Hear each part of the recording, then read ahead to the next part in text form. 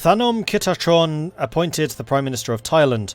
After the death of Marshal Phibonsongkhram, King Rama is formally granted the post of Prime Minister to General Kitachon, a staunch ally and supporter of the Phibonsongkhram regime.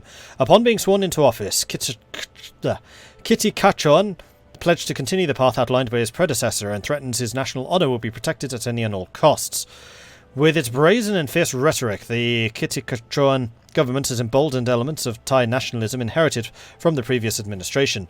It is to be noted, however, that the meetings with Japanese officials and military movements near the Cambodian border have spiked in the days following his appointment. The fate of Thailand is ever-changing, but what remains certain is the kingdom's place as a partner and military power within the co-prosperity sphere. The drums beat heavy. I'm actually wondering if I want to have you separated out and have you training separately. I think I do. Because I don't want you lot training while we're about to go to war. Like, you can still stand up there. You're just not going to take part in the fighting.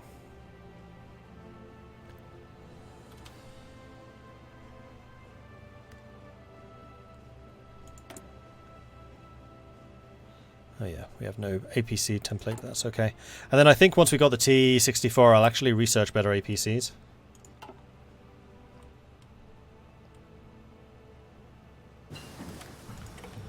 Cool. T64. Now, I want the APC, because I'm probably not going to bother with the IFVs. And we'll also need to get some of these upgrades done. Building our APC with amphibious capabilities in mind and includes features such as exhaust, snorkel and water jets will allow them to form river crossings if bridges are unavailable, and to be used in naval assaults. Okay, that's really cool. Rolling in APCs with marine APCs. I like it. I like it a lot.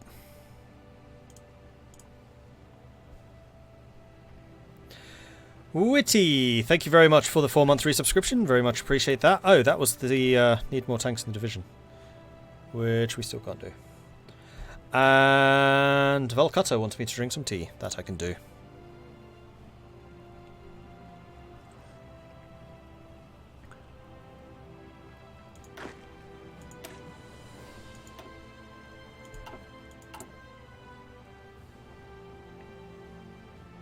What are you saying about the Shield Maidens?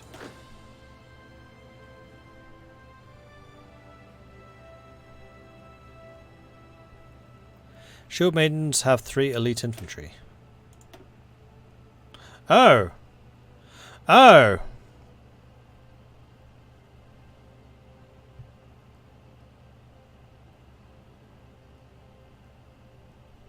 I didn't even know that was a thing. Cool.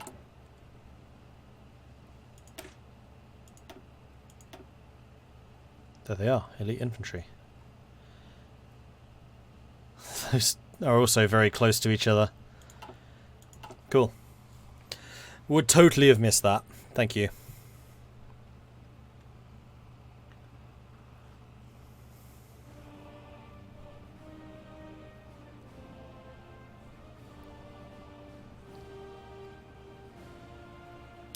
Yes, there is. Vyatka as the main Russians are.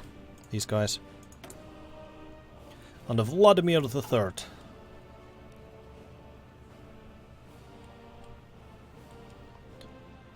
Okay, onwards. So how strong are these guys looking? And in fact, I should probably have you over here.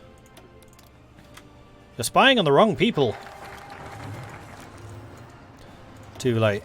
We're attacking. Okay, you go, you go. Slow down.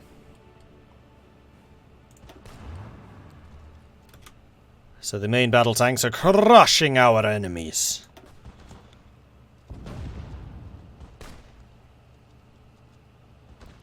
Skill 3 against skill 2. Tactics, close quarters against close quarters.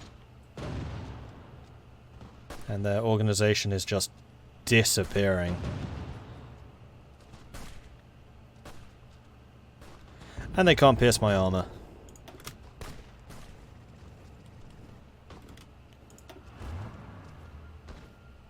Oh, no, you're not being careful. He's being careful. It can't... No! That is like the opposite of what I was telling you to do. Son of a... Alright, you're going up here. Then you're going over here. And then finally you're going here. No.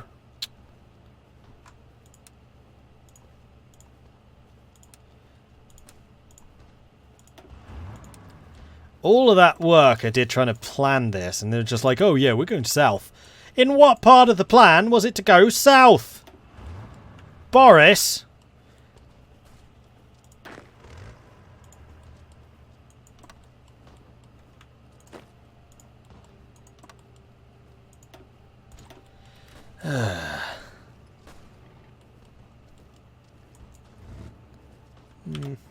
Yeah, better. Let's get these cut-offs going. Bloop.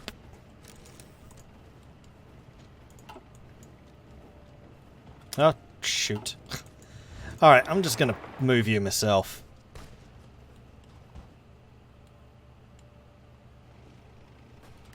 Because this is almost certainly going to be a capitulation, I imagine.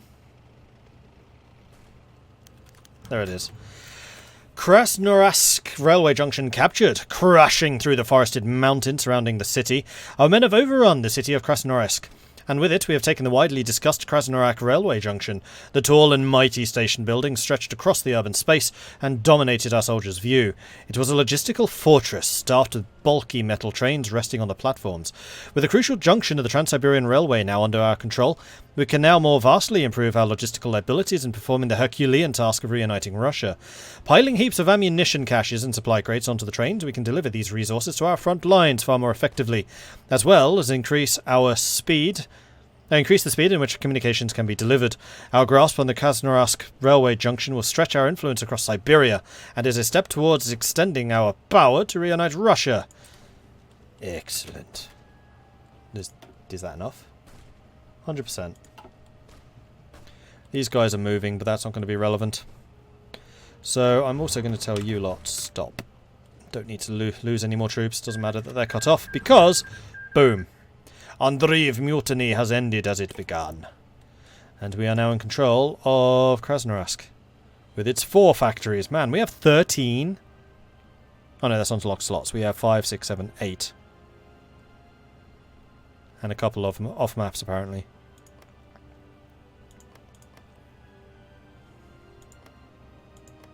Oh no, 8 plus 3 is 11. So yeah, we do just have 8. No off maps. Alright, so now we have the trial of General Andreev, or the Oaths of Loyalty.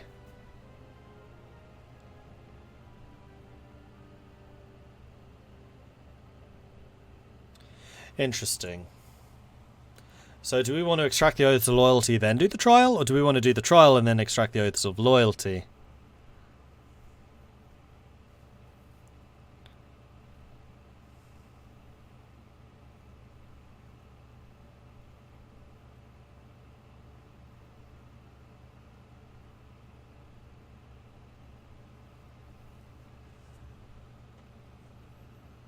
Yeah, I would say loyalty first.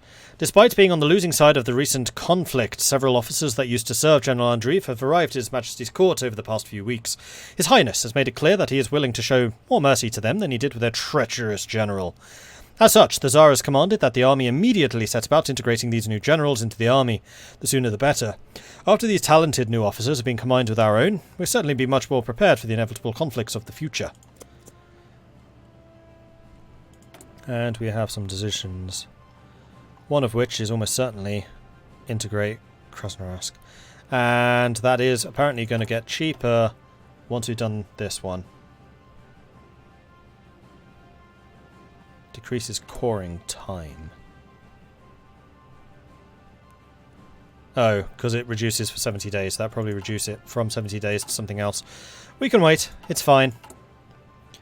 So, meanwhile, how are we doing for equipment? We could definitely raise more infantry divisions.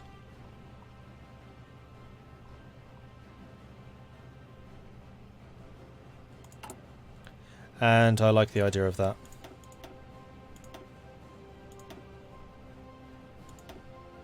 Wow, 5 more?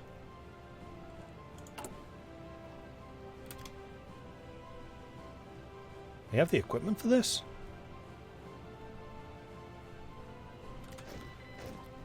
Pretty much. Okay then. Meanwhile, you're still in training. And then we need to start thinking about the next excursion. Which is this black mess. You can't even see the terrain. Is that just all forest? It's just this black morass. I would like to see terrain. There we are. Forest, forest, forest, forest, forest, forest. I mean, we are fighting in Siberia, so not that surprising. Alright, noted. And Kansk is there, that's the capital. We also have Bratsk over here. I'm just trying to decide where I want Boris deployed. I think, honestly, Boris is just going to be in the most direct route to the capital. That's not the most direct route to the capital. That's the most direct route to the capital! Although, actually, we'll do it from the plains. We'll go from here. Oh, I see what the problem is. You will try to assign... Do I not need that front line then? Apparently not.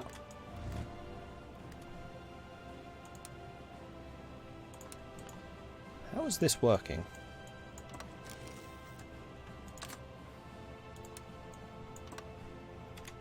There we go. We got there eventually.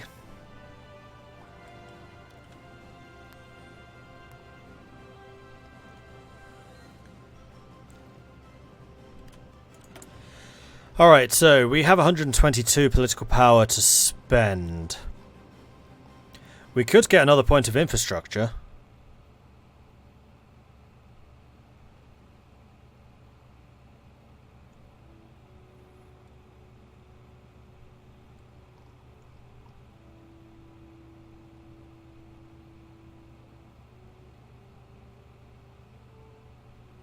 Don't think I want to do any of those. Yeah, I think I'm going to invest in the infrastructure again. Just keep on building Kemerovo up. I mean, it's already got infrastructure 8. What do the other things here do? Coring, offer from the king, Siberian Black Army, Revolutionary Council, doctrines, loads of guns, factories, stability, infrastructure. Add 2 infrastructure. We're already on level 8, aren't we? Oh well. Unless I can cancel it. I'm not sure I can. See, that's why I was checking this. Yeah, I can't cancel. So we're effectively going to be wasting infrastructure here. Oh well.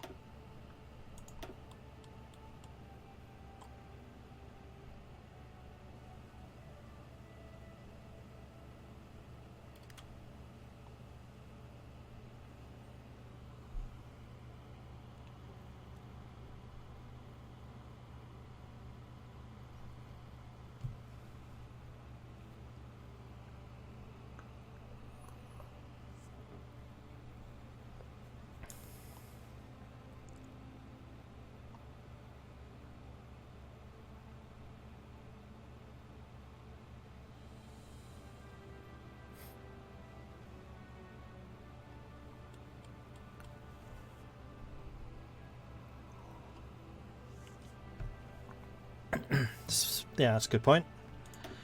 Do some spying, seeing as the country you're currently spying on doesn't exist anymore. Good suggestion. Free military factories. Aha. APC, so we can get the motorized replaced. I would say that's probably the best idea.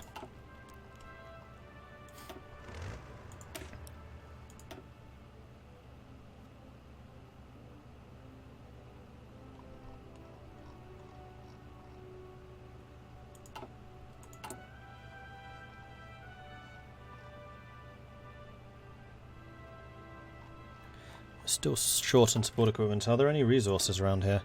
So we just took some more oil, some more tungsten, some more steel.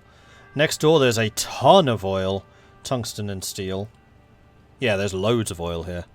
This is a really, really oil-rich area. In fact, all of this is. Mechanized motorized armies definitely encouraged.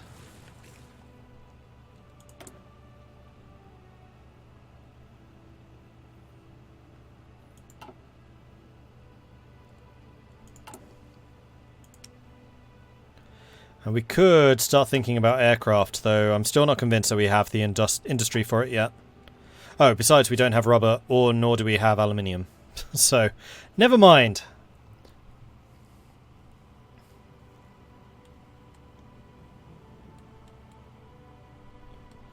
So they have a couple of units on our border. I don't like how they just disappear when we zoom out.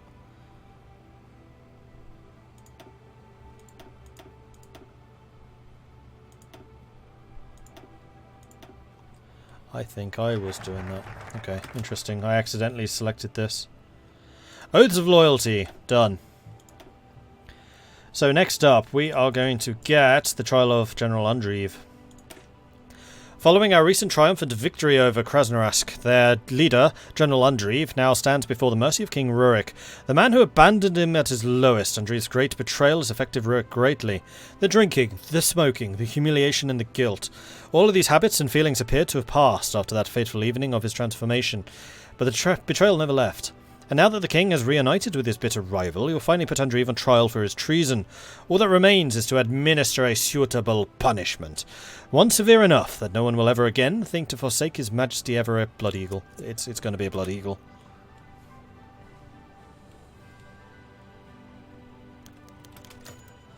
Oaths of Loyalty. Alexandra Samusenko couldn't help but be a little nervous of the Royal Guard. As the Royal Guard led her and several former generals of Krasnoyarsk through the palace. While they had all surrendered somewhat peacefully and pledged their allegiance to King Rurik, he still demanded they do so in person. She wondered if the king continued to hold a grudge against them for siding with Undrieve. The doors to the throne room opened, and there he sat, King Rurik II, formerly known as General Nikolai Krylov. The Krasnoyarsk generals kneeled before the king, who rose and grabbed a sword from some dignitary. He stood before Samusenko, his face difficult to read. Alexandra Samusenko, if you wish to serve King Rurik II, King of the Rus, then prove your loyalty and humility, stated the king, evidently referring to the boot he presented before her face. He felt humiliating having to kiss a man's boot, and that was likely the point of this whole act, one final test of loyalty. Alexandra Samusenko, please rise to your feet, stated King Rurik, and Alexandra did as she was commanded. He placed the sword upon her right shoulder, then the left, and withdrew the blade. General Alexandra, may you serve this kingdom with pride and valour. Samusenko was beckoned to the side of the throne room as another Krasnoyarsk general stepped forward, and the same procedure repeated. That whole ceremony had been quite tense, and she hadn't realised she'd been holding her breath throughout the entire ceremony. Samusenko sighed. Kemerovo was certainly a different beast compared to Krasnoyarsk. She just hoped that she could adapt.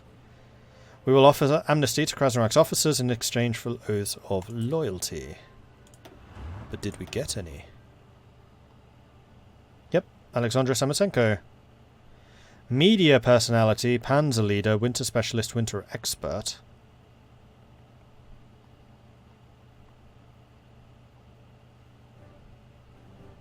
And we gained another field marshal, Nikolai Lerchenko. Commando, ranger, skirmisher, air assault. Air assault? Interesting, we have a paratrooper field marshal. Yeah, we can go back to speed 5. We're not at war at the moment.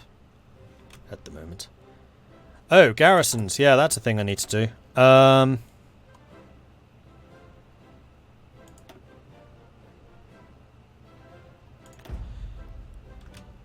Martial law. And that can almost certainly be militia. Much cheaper. Furthermore, I'm going to say that operations and garrisons get top priority. Oh yeah, I'm aware I'm going to need more troops. I am training some. I'm doing what I can afford as I can afford it.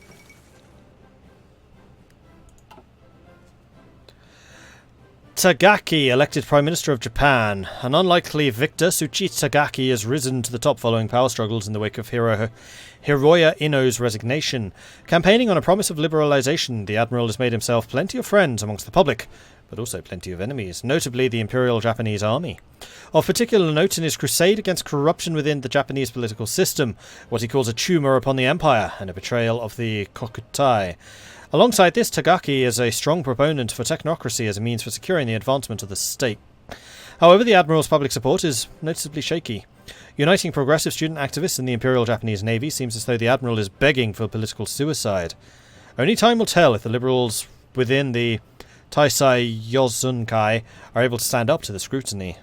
But what does the army think?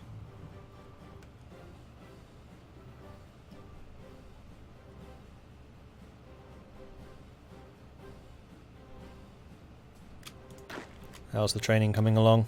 It's getting there.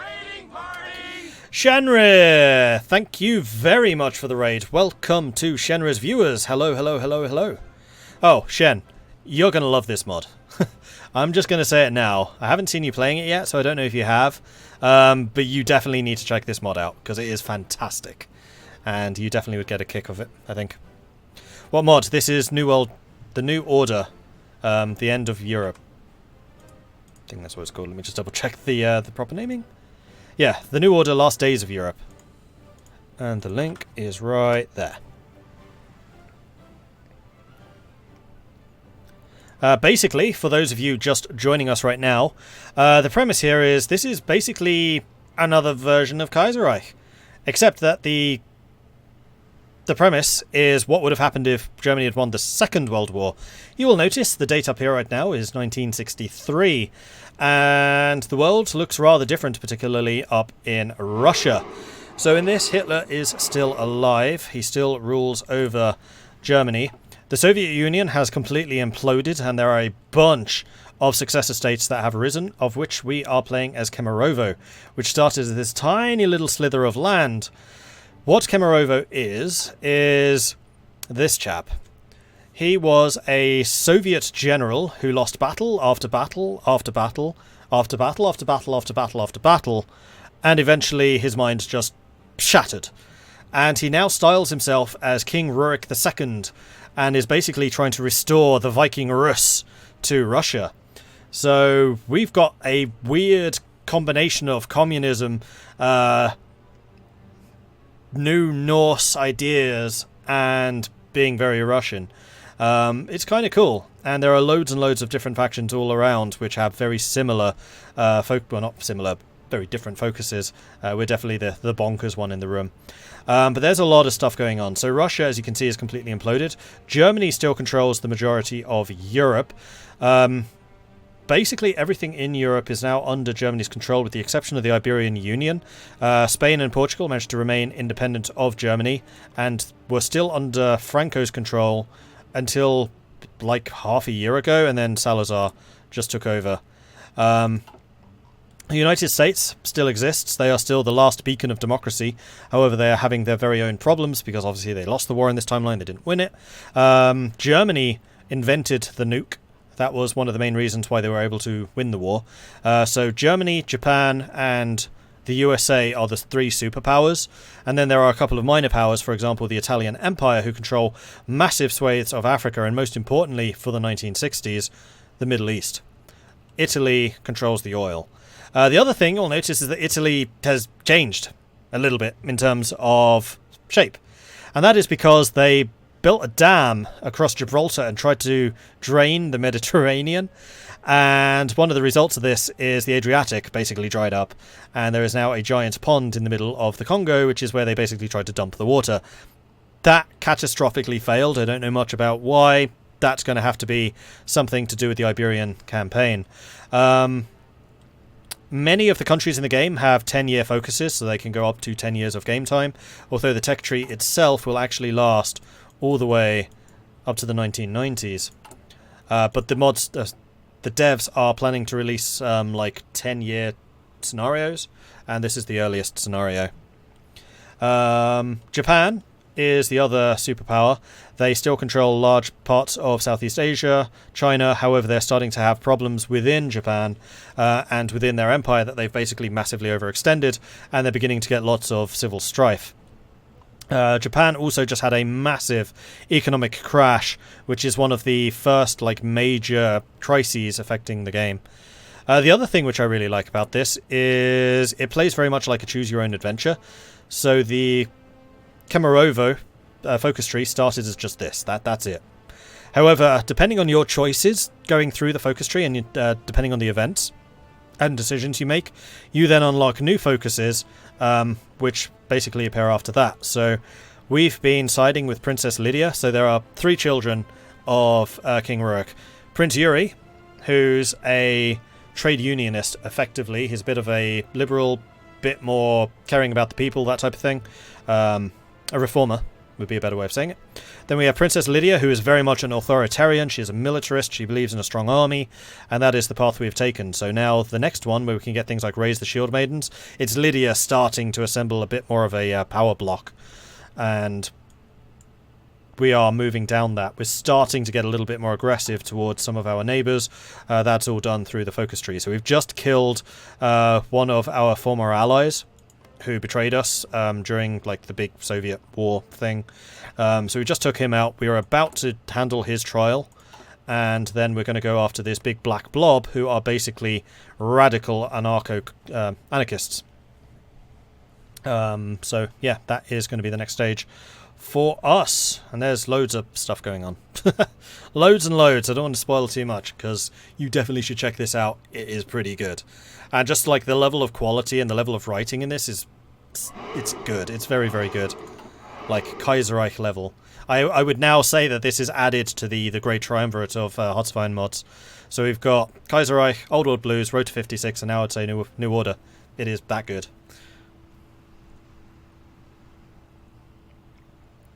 Mediterranean water didn't go to the Congo, they're just down the Congo River. Oh, I see.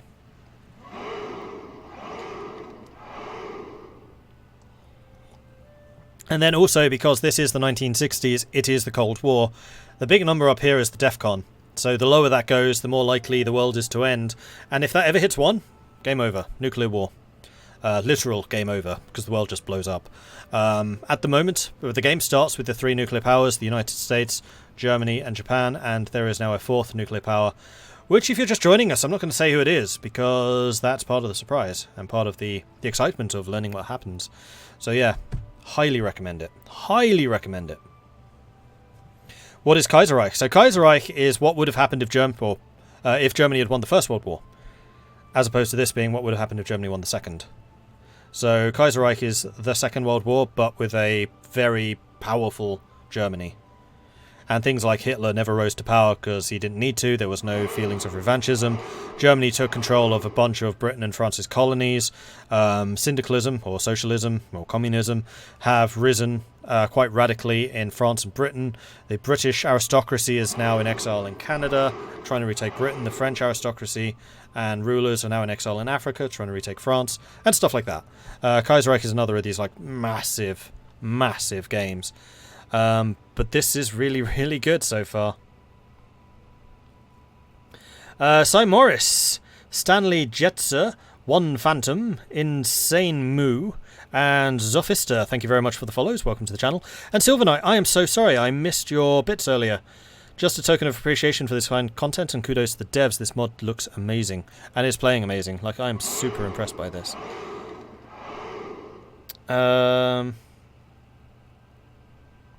Agent Striker gifted sub to 0 scale. I don't think I noticed that. I'm very sorry. Thank you very much for the generosity there, Agent Striker. And Bogey, haha! Thank you very much for the follow. And It's Render, thank you also very much for the follow. Okay. So, we are returning to Kemerovo.